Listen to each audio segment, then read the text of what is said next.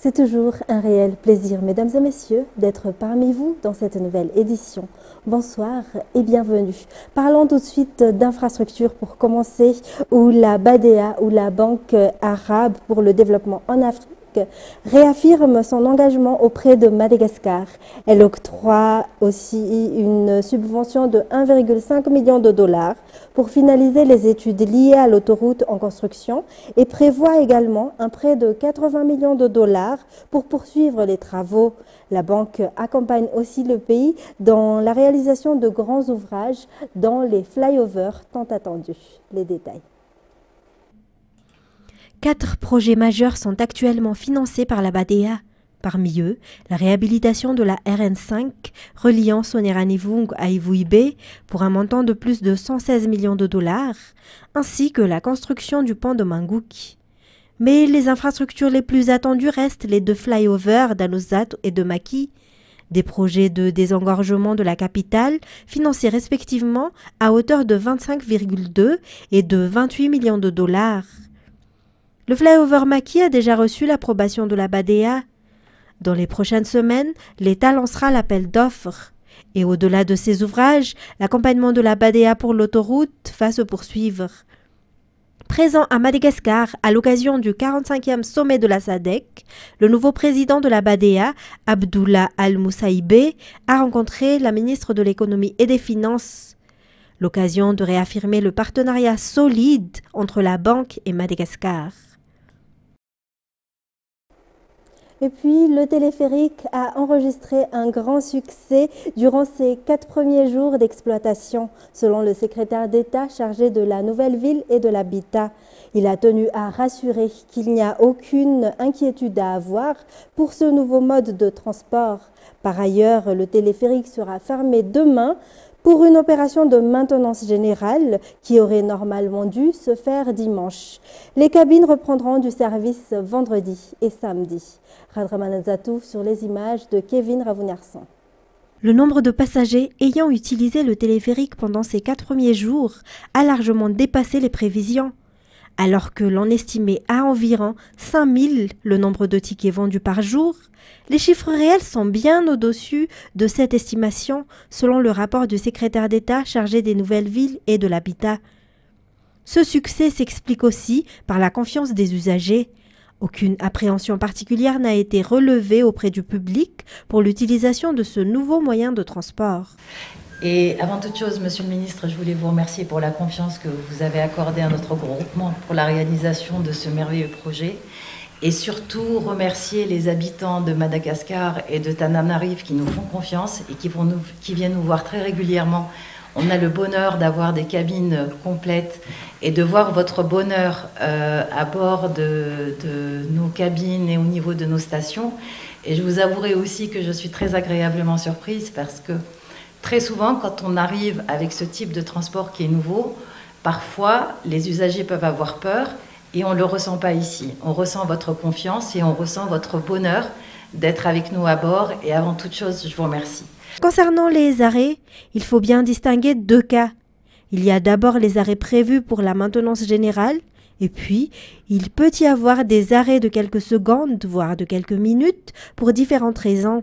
Mais il n'y a aucun danger pour les passagers, toujours selon les explications. Donc, pour revenir sur la partie arrêt, arrêt ne veut pas dire problème, ne veut pas dire panne. Il y a différents types d'arrêts. Vous avez très souvent, comme vous le voyez, ce sont des cabines qui n'arrêtent pas de tourner. Le câble tourne en boucle. Et donc, quand il y a une cabine qui s'arrête en station, c'est bien évidemment toutes les cabines qui s'arrêtent, y compris celles qui sont en l'air. Très souvent, la majorité des arrêts, ce sont des arrêts qui sont dus à la façon d'embarquer dans la cabine. Voilà pourquoi vous avez énormément d'agents d'accueil qui sont au niveau des stations, qui vous aident à embarquer, parce qu'il faut s'assurer de la parfaite fermeture des portes. Sans cela, on ne laisse pas partir la cabine. La fermeture des portes est un organe de sécurité. Et si quelqu'un a laissé un sac à main, un sac ou son pied qui a entravé la fermeture des cabines, l'appareil s'arrête systématiquement. Et donc nous avons la mission de venir, de contrôler, et une fois qu'on donne le OK, qu'on donne le go, on refait partir l'appareil. Donc ça, c'est un des arrêts les plus fréquents. Vous avez aussi des arrêts, alors il existe ce qu'on appelle nous des boutons qui nous permettent assez rapidement d'arrêter l'appareil si on a vu quelque chose, et parfois il peut y avoir aussi des personnes qui appuient par erreur, des usagers qui appuient par erreur sur ces boutons et qui ont stoppé l'appareil. C'est ce que nous avons eu hier et il y a 2 jours. Donc c'est assez rare, mais ça peut arriver. Après, si on parle d'arrêts différents de ceux qui sont liés à la façon de monter dans la cabine, pour expliquer très très brièvement, au niveau de l'appareil, vous avez énormément de capteurs qui vous donnent toujours la santé de l'appareil. Et parfois, ces capteurs vous donnent des informations vous disant il y a tel et tel organe à vérifier, comme dans nos voitures quand on a un voyant. Nous, la sécurité et le confort des usagers sont les priorités. Donc, on prend la décision. Dès que nous avons un capteur qui nous a alerté qu'il y avait un contrôle à faire, on va contrôler. Soit c'est un contrôle visuel qui suffit, la sécurité elle est garantie et on refait partir l'appareil, soit ça nécessite de rentrer un peu plus dans le détail du contrôle et donc là on décide de stopper pour s'assurer que tout va bien avant de vous laisser partir. Ce ne sont pas des pannes, ce sont des opérations de contrôle pour s'assurer que tout va bien pour qu'il n'y ait pas de panne. Et ça fait partie de la vie de l'appareil. En ce qui concerne le personnel, tous ceux qui assurent la partie commerciale sont désormais des Malagasy. Pour l'instant, nous travaillons encore en collaboration avec l'entreprise Poma qui a construit le téléphérique, concernant l'entretien technique et les opérateurs chargés du pilotage et de la surveillance. Mais très prochainement, des formations seront lancées pour préparer des jeunes Malagasy à occuper ces postes, toujours selon les explications. Et puis la signature de l'accord de coopération entre le ministère de l'Environnement et du Développement durable et l'entreprise Agrotech s'est tenue ce jour à Ntavoul. Agrotech sera chargé de la gestion du centre de tri et de gestion des déchets de Tuamasin. Chaque jour, 60 tonnes de déchets et de plastique pourront y être traités et le reste sera transformé en charbon écologique. Les détails de Miaravoula Tsfiran. Le projet de mise en place d'un centre de tri et de valorisation des déchets apportera de nombreux bénéfices à la ville de Tuamasin. En plus de l'amélioration de l'assainissement urbain, il permettra de créer des emplois directs pour la population et contribuera au développement industriel local. Chaque jour, 60 tonnes de déchets pourront être traités dans ce centre.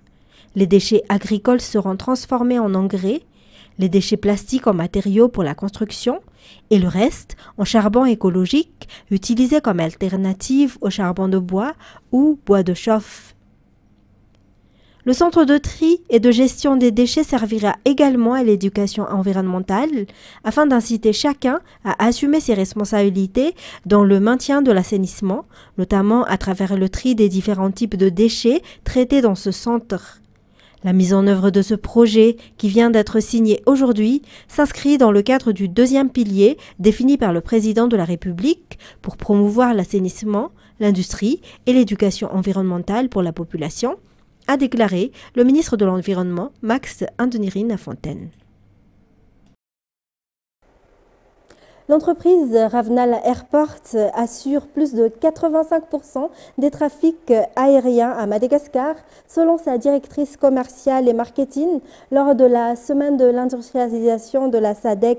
L'entreprise joue un rôle majeur dans le développement du secteur aérien dans le pays. Les détails. Ravnala Airport, c'est le cœur du transport aérien à Madagascar. Depuis 2016, l'entreprise gère les 2 principaux aéroports du pays, notamment Antananarivo et Nosibé. Avec 2 actionnaires majeurs dans Meridiam et le groupe Aéroport de Paris, Ravnala Airport finance, entretient et modernise les infrastructures. Nous, vous avez des actionnaires, donc Meridiam, dont je vais vous présenter très rapidement, qui détient 65% des parts et 35% par le groupe Aéroport de Paris. Derrière ce grand projet d'investissement sur une durée de 28 ans, vous avez également plusieurs banques prêteuses. Je peux notamment citer Proparco, la banque IFC via la Banque mondiale. Aujourd'hui, nous avons plus de 280 employés, avec plus de 99,9% de Malagasy. Je tiens à le préciser parce que je pense que c'est très important. Et c'est vraiment le fruit d'un projet de PPP, puisqu'on parle énormément tout à l'heure avec le président du partenariat public-privé. Donc on est vraiment l'un des fruits. Nous sommes là depuis 2016 et on espère qu'on sera là encore jusqu'à 2044 ou les années à venir. L'entreprise emploie plus de 280 personnes, dont 99% sont des Malagasy et plus de 60% du personnel est féminin. Un signe fort pour ce secteur, longtemps dominé par les hommes. Au-delà du transport de passagers, Ravnala Airport développe aussi la gestion des commerces, des services, du duty-free et renforce le fret aérien. L'objectif est de faire venir de nouvelles compagnies internationales et dynamiser le trafic.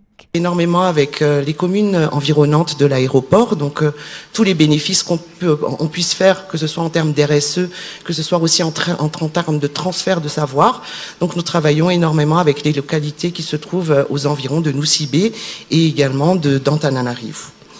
Notre deuxième grosse mission est notamment de développer tout ce qu'on appelle les services non aéronautiques. C'est notamment le développement de la gestion des commerces et des services. Ça peut être aussi bien du duty-free, des shops. Donc je pense que vous avez déjà eu l'occasion de voyager à travers nos aéroports. Donc aujourd'hui, c'est vraiment de pouvoir proposer des services de niveau international pour nos passagers et pour toutes les personnes qui transitent dans nos aéroports. Et le dernier très important, nous travaillons avec toutes les parties prenantes, notamment l'aviation civile, le ministère du Tourisme, le ministère des Transports, notamment aussi avec le DBM, pour développer le trafic aérien au départ de nos deux aéroports. Tous les bénéfices sont réinvestis localement en partenariat avec les communes environnantes pour soutenir le développement économique et la formation des employés. Ravnala Airports, un acteur clé qui ambitionne de faire de Madagascar une véritable plateforme aérienne dans l'océan Indien. Dans un tout autre sujet, le ministre de la Sécurité publique, l'inspecteur général de police, Rakutormanana Erlal, a adressé ce matin ses félicitations aux policiers ayant participé à la sécurisation du sommet de la SADC lors d'une cérémonie qui s'est tenue au stade Maki Antutapenak. Le ministre a souligné, lors de sa rencontre directe avec les forces de l'ordre, le leadership remarquable du président de la République, Andrazouel, qui a conduit ses assises et a été élu président en exercice de la SADC. Une fierté pour tous les Malagasy, a-t-il déclaré. Il a également exprimé sa reconnaissance envers les hauts responsables du ministère pour leur engagement et leur accompagnement. Les policiers nationaux ont fait preuve d'une détermination et d'un dévouement exemplaire dans la sécurisation et l'organisation de tous les événements liés au sommet de la SADC à Madagascar, a affirmé le ministre. Il a particulièrement salué le professionnalisme, l'esprit de solidarité et le sens des responsabilités des policiers qui ont permis le bon déroulement et la réussite de cette rencontre internationale. Durant le sommet, les forces de l'ordre ont dû relever plusieurs défis majeurs, la protection des délégations étrangères, l'organisation du trafic routier, la sécurisation des sites stratégiques et le maintien de l'ordre général. Et on poursuit par les actualités sociales. 15 maisons ont été détruites ce matin vers 7 h dans le Fuktani d'Ivoines, commune d'Anoussial. Selon les habitants, d'après leurs témoignages, aucun avis de démolition ou d'expulsion préalable ne leur avait été donné. Pour rappel, comme déjà rapporté dans le journal de Viva, la démolition de ces habitations construites sur un terrain de 2 hectares était prévue depuis 2022, mais ce n'est qu'aujourd'hui qu'elle a été exécutée. Détails sur les images de Sech Anjanab. Le rêve de 15 familles du Fuktani Ivoines, commune d'Anoussial, district d'Amboujatchim, s'est effondré. Leurs biens sont détruits, leur économie envolée. À 7 h du matin, les gendarmes et un huissier sont venus exécuter une décision datant de 2017. Aucun préavis n'avait été communiqué aux habitants, déplore-t-il. Selon le doyen des habitants, le terrain appartenait initialement à 5 amis. Certains d'entre eux ont pu régulariser leurs papiers, mais la grand-mère de l'un d'eux n'y est pas parvenue. Pourtant, sa descendance y a toujours vécu depuis. Pour rappel, une tentative de démolition avait déjà eu lieu en 2022, mais elle avait été suspendue. Des négociations avaient alors été engagées avec les habitants et un accord prévoyait qu'ils bénéficient de 2000 m² sur les 2 hectares du terrain. Pourtant, aujourd'hui, la démolition a eu lieu. Ces familles se plaignent de ne pas avoir d'endroit où passer la nuit. Affaire à suivre donc. Et les parents dépensent au minimum 100 milliards pour les fournitures scolaires de leurs enfants. Si les écoles exigent de la qualité, la facture peut atteindre jusqu'à 300 milliards. La majorité des clients préfèrent acheter petit à petit selon les commerçants. Il ne reste plus que 2 à 3 semaines avant la rentrée scolaire 2025-2026. C'est le moment idéal pour acheter les fournitures. Certains parents choisissent de les acheter progressivement afin d'alléger leurs dépenses, comme le cas de cette mère de famille. Les commerçants misent sur la qualité pour attirer les clients. Ici, à Souarane par exemple, les cartables coûtent entre 15 000 et 40 000 ariars. Les prix des fournitures scolaires sont quasiment les mêmes que l'année dernière, selon les commerçants. Les parents dépensent au minimum 100 000 ariars pour les fournitures scolaires et cela peut grimper jusqu'à 300 000 ariars si les écoles exigent des marques. Et pour terminer les actualités locales, environ 70% des Malagasy sont des agriculteurs, des éleveurs ou des pêcheurs, selon les statistiques du ministère de l'Agriculture et de l'Élevage. Pour renforcer leur contribution à l'économie nationale, la 7e édition de la Foire internationale de l'agriculture et la première édition du Festival de la gastronomie auront lieu début septembre. Les détails. La chaîne de production ne s'arrête pas seulement à l'agriculture et à l'élevage, mais se poursuit jusqu'à la transformation. C'est ce principe qui est à l'initiative de la Foire internationale de l'agriculture cette année, accompagnée du Festival de la gastronomie. Cet événement, soutenu par le ministère de l'Agriculture et de l'Élevage, mettra en valeur les agriculteurs et éleveurs venus de différentes régions, ainsi que de nombreuses entreprises de production. L'objectif est d'améliorer la contribution de l'agriculture, de l'élevage et de la pêche à l'économie nationale. 300 participants prendront part à ce grand événement qui se déroulera du 4 au 7 septembre au CCI Ivato. À l'international, sur le terrain en Ukraine, la guerre se poursuit. Les autorités ukrainiennes annoncent une attaque massive de drones contre Odessa. Sur le front, personne ne se fait d'illusions sur les pourparlers en cours. France 24.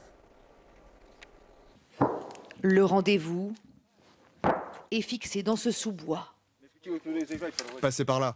Face à nous, des artilleurs ukrainiens. Leur mission, ralentir la progression des soldats russes dans le Donbass. Les visages sont fatigués. Ces dernières semaines, Moscou a multiplié les attaques dans leur direction. Depuis la reprise des négociations, les Russes sont plus actifs. On nous parle de cessez-le-feu, mais ici c'est plutôt l'inverse. Aucun répit. Une cible a été repérée. Les soldats n'ont que quelques secondes pour enlever les branchages qui camouflent leurs canons. Il faut ensuite charger l'arme au plus vite. Ici, tous se sont engagés dès le début de la guerre. Cela fait 3 ans qu'ils se battent pour défendre le Donbass. Alors pour eux, pas question d'abandonner ce territoire à la Russie. Si on abandonne, dans 5 ou 6 ans, ils nous attaqueront à nouveau. C'est douloureux, surtout quand tu as essayé de défendre ces territoires. Quand tu as beaucoup d'amis qui ont vécu ici et qui ont perdu leur maison. Et ça voudrait dire que tous mes frères d'armes qui sont morts au combat sont morts pour rien. Dans le Donbass, très peu de soldats ont suivi la rencontre entre Donald Trump et Volodymyr Zelensky. Leur priorité est ailleurs, car sur le terrain, la guerre ne s'arrête jamais. Dans ce centre de commandement tenu secret, il faut donc scruter sans relâche le moindre mouvement de troupes russes. 2 hommes viennent justement d'être repérés par un drone. Ce sont des Russes ? Oui, 2 Russes. Là, ils sont 2, puis ils seront 4, et à la fin, ils seront 10. Et là, ils deviennent dangereux. Comme leurs camarades au front, ils ne croient pas que Vladimir Poutine ait réellement envie de mettre un terme à la guerre. Pour eux, les demandes de Moscou sont synonymes de sacrifice. C'est notre terre. Que dire de plus? Comment pourrait-on être d'accord pour l'abandonner? Qui serait d'accord pour abandonner sa maison juste parce que son voisin la réclame? Ici, les discussions diplomatiques suscitent peu d'espoir chez ces soldats qui ont tous le même sentiment, la même conviction, ils en sont sûrs, la guerre va durer encore longtemps. Une semaine après le passage de la tempête tropicale Erin, l'île de São Vicente au Cap-Vert continue de panser ses plaies. Les pluies torrentielles et les glissements de terrain ont fait 9 morts. La vie reprend difficilement son cours alors que les prévisions météorologiques font craindre de nouvelles intempéries. France 24. 8 jours après le passage de la tempête Erin, São Vicente reste défiguré. Les autorités, les associations, les volontaires sont à pied d'œuvre pour tenter d'évacuer les eaux, réparer, reconstruire. Il faut donc préciser que le bilan humain a été très lourd, 9 morts, 2 disparus. D'ailleurs, les travaux de recherche se poursuivent, y compris en mer, mais les dégâts matériels sont également très importants. Nous avons pu joindre la responsable régionale de la protection civile. Elle nous a expliqué que ces équipes se sont déployées sur toute l'île pour tenter de réparer les infrastructures. Les réseaux d'électricité, d'eau sont abîmés. D'ailleurs, il n'y a pas d'eau courante. Elle devrait être rétablie d'ici vendredi. Des personnes sont également toujours hébergées dans des centres d'accueil improvisés dans des écoles. Elle nous a parlé de 280 personnes. 70 d'entre elles ont perdu leur domicile et n'ont pas d'autre solution. Les autres sont des personnes qui ont été évacuées pour éviter, par exemple, les glissements de terrain. Je vous propose à présent d'écouter ces témoignages recueillis à Mindelo. Ce sont des personnes qui ont été directement victimes de cette tempête. J'ai tout perdu. J'ai dû trouver refuge chez mon fils et quand je suis revenue le lendemain pour voir l'état de la maison, je n'ai retrouvé que quelques affaires comme des serviettes que ma petite fille et moi utilisons. J'ai perdu mon commerce, ma seule source de revenus. Mes enfants et moi tenions un food truck. J'ai 2 enfants à l'université et ils m'aidaient. C'est grâce à ce travail que nous pouvions payer leurs frais de scolarité.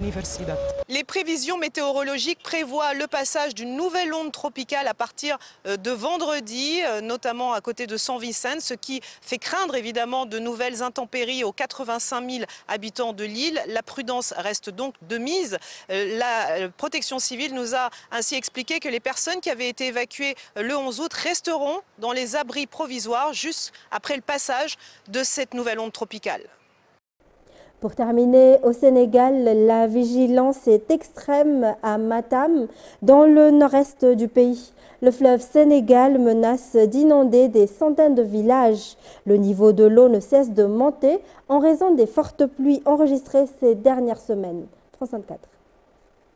Côte d'alerte du fleuve Sénégal, ici à Matam, est à moins 2 mètres, augmentant les risques de débordement du fleuve Sénégal. Ici, tout le monde a en tête l'épisode de l'année dernière où le débordement du fleuve Sénégal avait rayé plusieurs villages de la carte avec des milliers de sinistrés. Les populations le long du cours d'eau sont dans l'anxiété. Je vous propose de les écouter.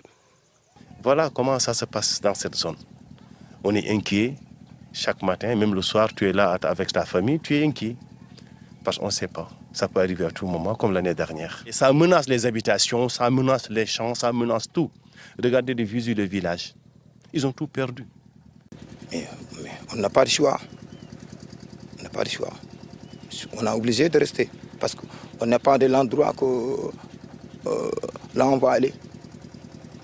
Dans un post publié sur Facebook ce lundi, le ministre sénégalais de l'eau et de l'assainissement a appelé les populations proches du cours d'eau à se prémunir et à se mettre en sécurité. Il informe parallèlement que les services de l'État sont mobilisés pour leur apporter assistance. Ainsi se termine cette édition. Mesdames et messieurs, merci à vous de l'avoir suivi. Restez avec nous tout de suite après la série Strike Back. Quant à moi, je vous retrouve dès demain pour de nouvelles actualités. Au revoir et bonne soirée sur Viva.